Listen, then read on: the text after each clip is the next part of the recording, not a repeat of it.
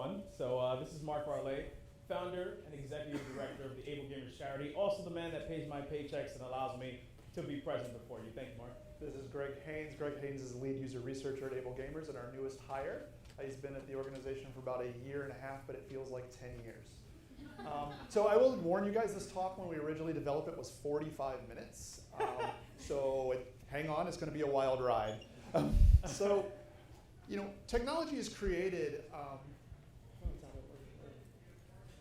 Traditionally, yeah, technology is created to do a task, and you think of the successfulness of a task over technology, and you say to yourself, okay, this technology is good or bad if people can do what's being asked of the technology. You can go on Amazon.com and hit the search bar and search for the item you want. Amazon.com search bar is successful. This ideology, this idea of binary successes, has shaped accessible design for decades.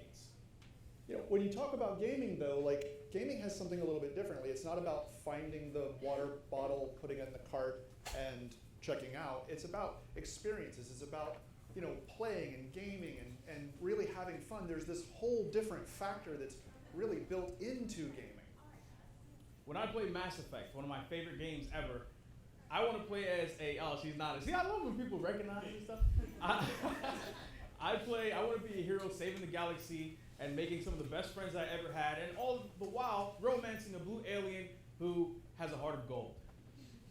When I play Spider-Man, I play that game so I can swing around the city as my favorite hero and also save the city, my city, because I'm from New York, whoop, whoop.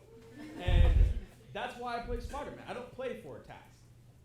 Games are about experiences. We play games so that we can have unique experiences that we're not able to have if we're just searching for an item in a search bar, unless you're a shopaholic, that's between you and Amazon.com. So AbleGamers is really privileged that we work mainly with players with disabilities, and we did research studies, and we're starting to actually understand more about the motivations of players with disabilities. So we have over 450 players with disabilities, and the data that we're showing you is about 400 players that gave us their demographic information, things about them, and we're really starting to see what the makeup of this population is really all about. So here you see just the breakdown of our numbers. As you can see, we have a wide range of various disabilities and categories that span the mobility, auditory, visual, and cognitive disability spectrum. When we were doing this research, one of the things we really discovered was that what you think a feature is about isn't necessarily what it's about. The example I love to use is closed captioning. So traditionally, why are we doing closed captioning? For people who are deaf or hard of hearing.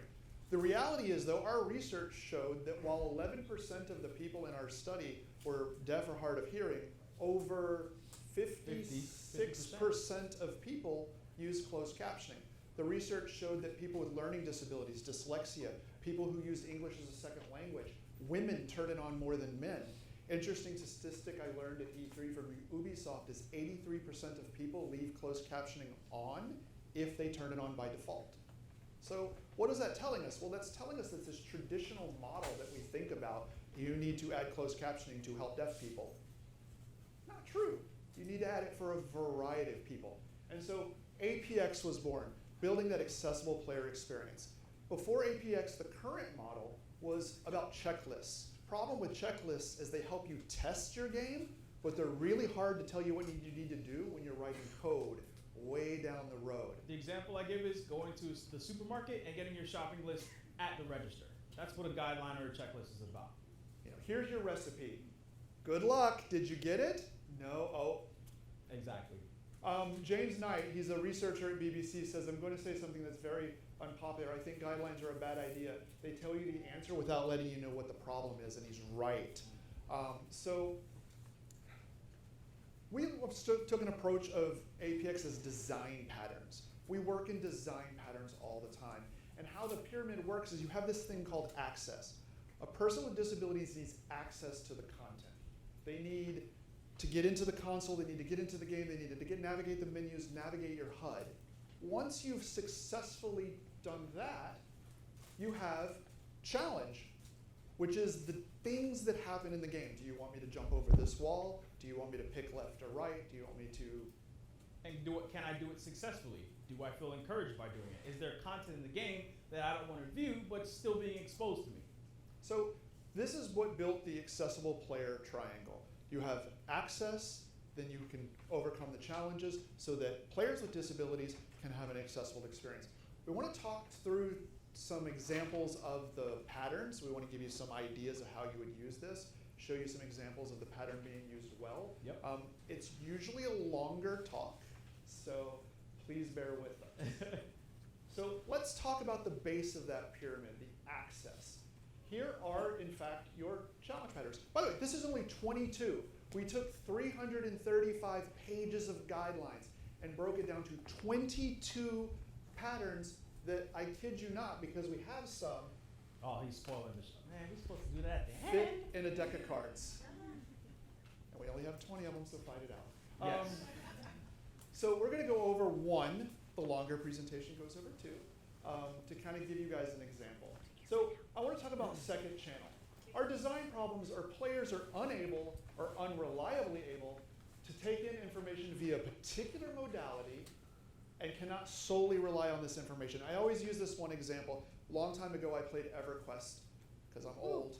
And at one point when you leveled, there was a fanfare that went like beep, beep, beep, beep, beep, beep, but there was no visual on screen that you leveled. So if you weren't playing with the sound on, like you leveled and never knew it. Well, that's the lack of a second channel. So what are our drivers? And this is the key to APX, is it talks about drivers, because as we learned before, deaf people aren't the only person using closed captioning.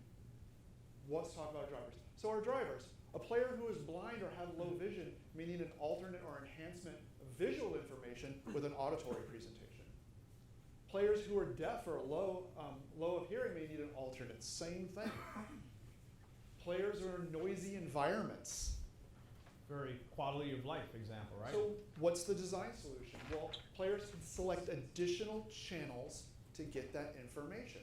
Now, in this one pattern, we're talking about people who are deaf or hard of hearing. We're talking about people with low vision. We're talking about the 31-year-old with a newborn who wants to play Call of Duty in the middle of the night and knows if they wake up the baby, the wife isn't going to ever let them play again.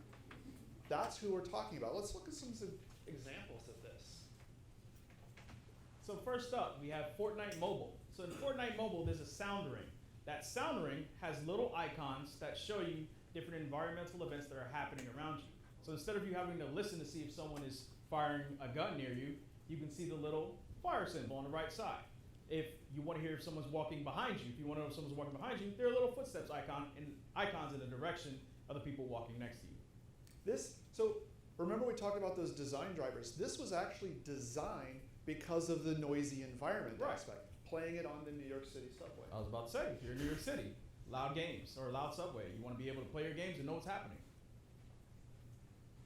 Over in Diablo 3, if you take a look at the screen here, in Diablo 3, when you talk to an NPC, there isn't just, the NPC talking from an audio standpoint, there's actual subtitles. Now that's something that's very common, and Mark gave a great example about that. There's also two identifiers, two ways where you know who is speaking. Additionally, if you look behind the subtitles, there is a black background to give it contrast. So there's actually multiple patterns in here, not just second channel, but visual patterns as well. There's also the B, which is another pattern which tells you what your next move is. Exactly. So over in Left 4 Dead, there are environmental cues. Full captioning is what we call it. So subtitle is just words that I might be saying. Full captioning is if I go and it says bang right next to, well not bang, maybe tap. Right next to. Yeah, that was barely a bang. Right, that wasn't a bang. That chair kind of did me dirty. So Left 4 Dead, lets you understand what's going on in the environment without having to actually hear what's going on in the environment. I'm looking at the time. We can actually slow it down just a bit. I'm excited. Okay, Yeah. cool. Chill. So we are rushing a little bit through this, and there are a lot of patterns. I will want to tell you guys that if you go to accessible.games, all of this information is there for free. You can actually cruise all the patterns. You can see all the examples of how games are doing this right. So let's talk about challenge patterns. Again, remember, we talked about how a player with disabilities can now get into the content. Now, how are they going to consume that content? How am I going to get on this horse How am I going to know that the bell is ringing to the side and I need to now make a decision on whether the zombies are coming this way or that way? Or I need to decide, am I going left or right? How am I going to progress through the game? That's a good way to think about challenge. So challenge patterns really fall into performance, emotional, cognitive, and decision making. These are what you're really talking about. And one of the interesting things is this emotional aspect. You're going to see peppered in this when you get into the full thing. There are experiences people can't have because of an emotional thing. I can't play modern warfare games because I was in Kuwait and I was in Iraq. So modern warfare games bug the crap out of me. But I will play Battlefield 1 and World War II all day long because I don't have context to that. A great example of that is Gore Filters, right? A lot of times you see in games you're able to turn gore on and off. It's for those emotional content filters. So these are our challenge patterns. Interesting, beautiful icons, by the way. I want to talk about bypass. Players cannot successfully engage with part of the game events after all possible adjustments are made. Let's talk about our design drivers. A player with a physical disability needs to skip a reflex or performance challenge because you want me to do this, and this at the same time. A player with a cognitive disability needs to skip a decision making. They just don't want to make these decisions. A player with a learning disability needs to skip a challenge with large amounts of text to progress. I'm dyslexic. So one of the things I do when I would play World of Warcraft is just spacebar through all the quest information because just tell me where I need to go. Players may need to skip just for timing challenges. I ain't got time for all your text or your cutscene or whatever. So what's the design solution? Players can skip part of the game so that they continue making progress. There's a little bit back and forth on this whole idea of skipping, and I talked to Deus Ex creator who said, look, I'm telling an amazing story, and really ultimately what you're buying is a story. I hate the fact that you cannot finish my story because I have some stupid QuickTime event on the second level. At the end of the day, you want gamers to have the experiences they want to have within your vision. So let's look at some bypass examples. So in Spider-Man, we talked about events that are based on time. QuickTime events are the bane of the existence of some players with disabilities who may have cognitive disabilities or mobility-based disabilities. In Spider-Man, you can completely turn off QuickTime events. So any scene that would normally have a QuickTime event is now played as a cutscene. Yep. This is one of the things I'll warn you if you are a game developer. Please don't say something like, hey, I noticed you're having problems. Do you want to skip it? Because that's terrible language. Yes. A game did that, by the way. So many games have done that. Over in Infernum, this game was made by one developer. His name is Carlos Coronado. He decided that if players want to play his game but don't want to play with the enemies, it's kind of a horror-based game, a little scary, you can turn enemies off. Gave the option so that you could experience the narrative without the enemies. He also gave the option, this is not necessarily bypass, this is another pattern, slow it down, we're not going to talk about that too much here, to slow the enemies. So that if you do want the challenge of playing with enemies, you can have them just slower. So this really works to this concept of the gamer's loop. When you really are working in a game, this is what all game companies are trying to keep you in. As a player takes an action, the state of the game changes, understanding that new state, and then making a decision that progresses the gameplay. Looking at this player loop, you're going to notice that there are like orange and blue circles. And this is really going to clue you in on what patterns you really need to be focusing on. As you also notice that the blue is a constant. You're always working access. It never stops. Yeah, and when it comes to the gamer feedback loop or the player feedback loop, traditionally it's player action, changing the game state, and understanding that new state. We actually found that in between understanding that new state and player action, there's a gameplay aspect to it. And this gameplay aspect includes decision making, deciding what action to take, deciding what information you perceived, and how it's going to affect the next step you're going to take. You don't just take action once the game state changes. When you level up, you want to figure out where you should distribute your leveled up points. You want to find out if the door that was closed is now open to you. So using these patterns. So I'm going to tell you, because when we initially wrote this talk, no one was using them. We have sent over 150 decks to Xbox. We've sent over 200 decks to PlayStation. They paid for them. 20 of you are getting them for free. Ubisoft, just about every major Blizzard Activision, because this works. What it's going to allow you to do if you make games is it's going to give you a design language to talk accessibility to the greater team. It's going to let you think about accessibility far to the left of your schedule, because before you make single line of code, you're going to be thinking about, well, if I do this puzzle this way, I probably need to think about a bypass and a second channel. Interestingly enough, we're so steeped in this, we watch gameplay footage and just go like, oh, that's a bypass. Oh, there's a leave it there. Yep. I mean, because they just, once you start learning the language, you're going to really enjoy this. I'm also going to let you guys know, we just did the dry run, second day was finished today. We are launching this fall an APX practitioner certification.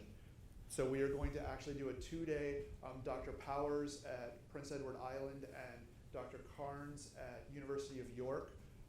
Guy has an Oxford degree in making classes. And he has an accent too, it's pretty nice. Yeah, we're doing a practitioner's program. This is designed to really give you a deep understanding to become the expert within your studio on accessibility, the go-to. So while you're doing your day-to-day job, you can also be pointing out some accessibility issues and help you make better games. That'll be launching in the fall.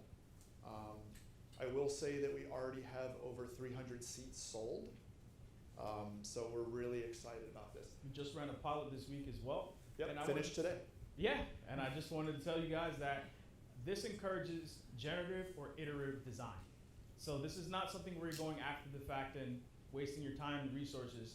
This is something that allows you to think of the problems and the solutions in the onset of your game design. This was tested. We tested this, and we gave a group of developers here's a game we want you to develop. And before they even wrote a level, they were going, well, we need to do this challenge, but if we pick this one, it covers these 5 patterns. If we make this one, we're only going to do these 2. So I think we probably should develop out this thing here because it's going to just help more people. They were making decisions on gameplay when all we'd given them is a paragraph. That's what developers do. Yeah. You guys figure out problems that users are going to have and you solve them. And this is supposed to help you solve those problems. So that's pretty much the end of the presentation. We have like a minute and some change if anyone has any questions. We also lied, there's not 22, there's less than that. We gave some of them away, I'm sorry. Yes, sir. What design challenge have you guys found still doesn't have a solid solution? So I will say that where I'm hoping we're going as an organization, since most game makers are really thinking hard, is really working towards people with total blindness or severe visual. I think they're incredibly underserved right now, and I think that a lot of smart people are trying to figure out how to serve them better, even in the AAA game space. We're just not there yet. I did have a meeting last week with someone who knows these things. The problems are mainly in the engines, and if you think games take a long time to develop, engines take even longer, and so they're aware, but the engines need to catch up. We've also found difficulty with the VR space. Obviously, when you think about headsets and controllers and things like that, that's something that is problematic. And that's actually the next sort of binge of research that we're going to jump into, which is understanding what developers in the VR and AR space are finding as problematic, not just for players with disabilities, but for players in general. Are you releasing a potential future that to differentiate design for children and adults? Because when we think about There's no difference. Okay. There's no difference. What we have found is, for instance, Google tested this and found that certain patterns work really well in maps. So they actually took our design ideas and put it across a lot of different products of theirs. We have found that there are a certain set of cards that you would focus on more if you're working on VR. Right. So there is this kind of like, yeah, we're starting to see stratas, but from an age perspective, a disabled child has the same challenges as a disabled adult. I'll also say that that's why we kind of present it as a problem solution in a problem solution format. And it's kind of tough seeing only 2 of the patterns, but when you see all 22, it'll help you sort of see how we've encompassed multiple aspects of design. Yeah, this what's really great about this is it doesn't stifle creativity and it doesn't tell you what to do. I guess that's my question with VR. So an open environment where contention is something that people are so trying to work with. What do you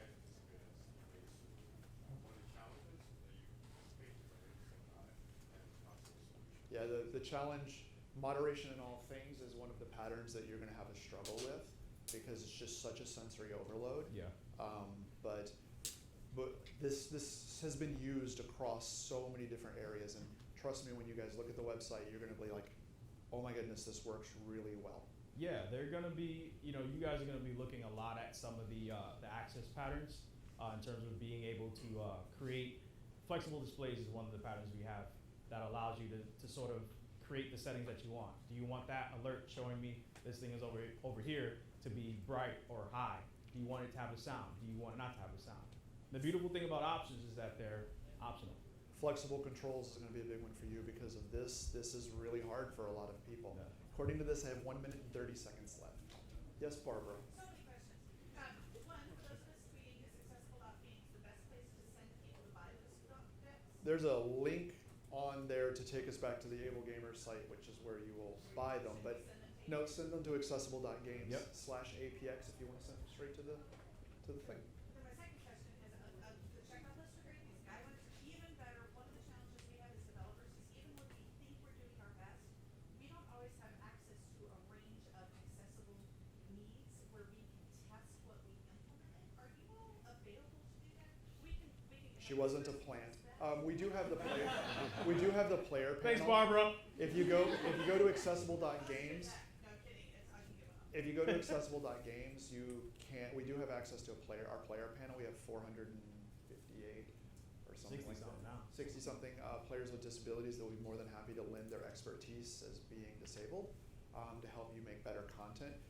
We do not charge for that service, but we do ask that you compensate the people that you help. So we basically act as a matchmaker. No, sorry, where was that? We will also find that at accessible.games. If you go to accessible.games, there'll be a sort of a navigation menu for all those things there right on the front. One more question. No, never mind. 3 seconds. We're done. We're done. We're done. We made it. We did it. Thank you guys so much.